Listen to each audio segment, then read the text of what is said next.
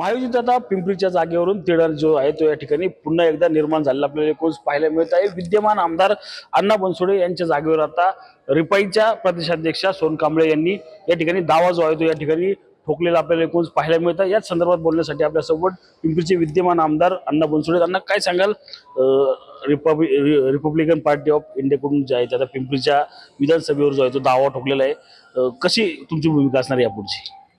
तुम्हाला माहीत असेल, महाराष्ट्रामध्ये महायुतीचं सरकार आहे। राष्ट्रवादी काँग्रेस पक्ष, BJP, एकनाथ शिंदे गट, रामदासजी आठवले आणि रासपचा आज गेली 1.5 वर्षापासून युतीचे सरकार या ठिकाणी स्थापन होत असताना खरं तर कुठल्या पक्षाने दावा घेणं किंवा दावा जाहीर करणं हा ज्याचा त्याचा तो प्रश्न आहे। शेवटी ही लोकशाही आहे। लोकशाही पद्धतीमध्ये सर्वांना दावा करण्याचा अधिकार आहे, कुणालाही इच्छुक म्हणून जाहीर करण्याचा अधिकार आहे। खरं तर पिंपरी विधानसभा मतदारसंघामध्ये गेली 15 वर्षापासून राष्ट्रवादी काँग्रेस पक्षाच्या माध्यमातून मी काम करत आहे। ओएसिस फर्टिलिटीच्या तज्ज्ञांनी IVF उपचार पद्धतीद्वारे 1 लाखांहून अधिक जोडप्यांना मातृत्व प्राप्तीचा आनंद दिला आहे। मोफत अपॉइंटमेंट बुक करण्यासाठी आजच संपर्क साधा। वास्तविक बघितलं तर महाराष्ट्रामध्ये महायुतीची अशा परिस्थितीमध्ये असा निर्णय झालेला आहे की ज्या ठिकाणी ज्या पक्षाचा आमदार असेल त्या पक्षाला ती जागा सोडण्यात येणार आहे। तर मला खात्री अशी आहे की पिंपरी विधानसभा मतदारसंघ खरं तर अजितदादा पवार या गटाला या ठिकाणी मी आमदार म्हणून काम करतोय।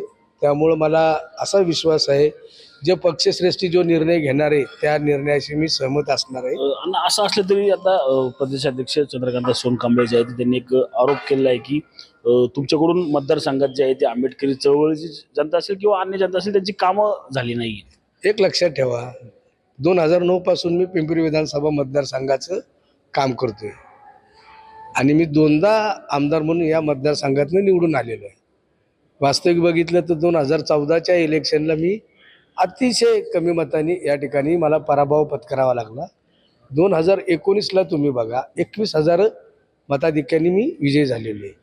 तर ह्या सगळ्या गोष्टीकडे पाहता तुम्हाला असं वाटतं का की पिंपरी विधानसभा मतदारसंघातून माझ्याकडून काम झालेलं नाही आहे? खरं तर सगळ्यात लोकांनाही माहिती, पिंपरी विधानसभा मतदारसंघातील माझ्या सर्व जनतेला माहिती आहे की मी सक्षम उमेदवार म्हणून या ठिकाणी काम करत आहे। पिंपरी विधानसभा जर रिपाईला सोडला नाही तर मोठी किंमत जी आहे ती महायुतीला मोजावी लागेल असा इशारा देखील सोनकांबळेंनी दिलेला आहे। महाराष्ट्रामध्ये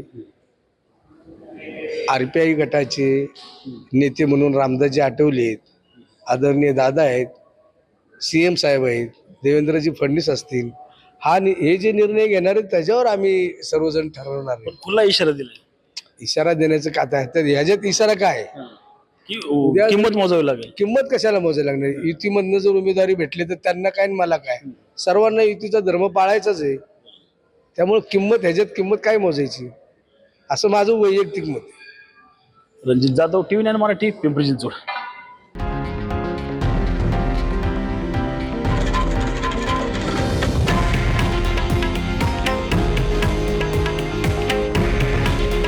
हे आहे देशातील नंबर 1 न्यूज नेटवर्क आणि आपण पाहत आहात TV9 मराठी। काळजी तुमची, हित महाराष्ट्राचं।